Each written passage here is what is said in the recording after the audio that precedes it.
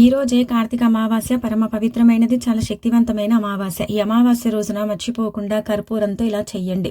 కర్పూర బిళ్ళలు మన ఇంట్లలో ఉంటాయి కదండి, తీసేసుకొని ఈ విధంగా చేసుకోండి. అమావాస్య కదా, ఈ రోజు ఏంటంటే మీరు గుర్తు పెట్టుకోండి, 2 పూటల కూడా చక్కగా శుచిగా స్నాన కార్యక్రమాలు చేయండి. అలా స్నానం చేసిన తర్వాత ఉతికిన వస్త్రాలు ధరించండి. అలానే ఏంటంటే గనకనండి శివారాధన చేసుకోండి. ఈ రోజు ఉపవాసం ఉంటే మంచిది.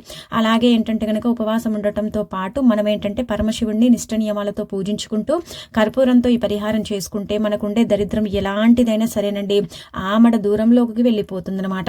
దరిద్రము నుంచి మనం బయటపడటానికి, దరిద్ర బాధలనేవి పోవటానికి అవకాశం ఉంటుంది. కర్పూరం ఏంటంటే కనుక చెప్పాలంటే మనము హారతి ఇస్తూ ఉంటాం, కానీ కర్పూరంతో అనేక రకాల పరిహారాలు చేయొచ్చు. కాబట్టి ఇప్పుడు మనం చెప్పే విధంగా ఏంటంటే కనుక ఒక 4 కర్పూర బిళ్ళలు తీసుకోండి. పదే పదే దరిద్రం పట్టి పీడిస్తుంది, దరిద్రం వల్ల సఫర్ అయిపోతున్నాం అనుకుంటారు కదా, అలాంటి వాళ్ళు ఏంటంటే కనుక 4 కర్పూర బిళ్ళలు తీసుకొని సాయంత్రం అండి సంధ్యా సమయం తర్వాత ఏంటంటే ఆ 4 కర్పూర బిళ్ళలు కూడా తల చుట్టూదా 11 సార్లు తిప్పి గుమ్మం బయట దీన్ని ఏంటంటే కనుక కాల్చండి. అలా కాలిస్తే దరిద్రం అనేది మీ జీవితంలో నుంచి వెళ్ళిపోతుంది, మీకంతా కూడా మంచి జరుగుతుంది. దరిద్రం దరిదాపుల్లో కూడా రాకుండా ఉండటానికి కర్పూరంతో పరిహారం చేసుకోవాలి.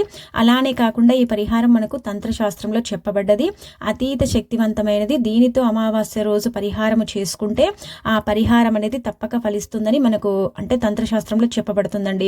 అందుకే మర్చిపోకుండా ఈ విధంగా ఏంటంటే కనుక ఆచరించండి, ఆచరించేసి ఫలితం పొందండి. కర్పూరం తీసేసుకుని పరిహారం చేసుకున్న తర్వాత అంటే పూర్తిగా కాల్చేయండి, సరిపోతుందన్నమాట. ఇంట్లో మాత్రం చెయ్యకండి, ఎలాంటి ఫలితం అయితే ఉండదు. ఇంటి బయట చేసుకోవాలన్నమాట. ఇంటి బయటే కాల్చాలని మనకు శాస్త్రాల్లో చెప్పబడుతుంది కాబట్టి ఆచరించండి, ఇంకా తిరుగుండదు.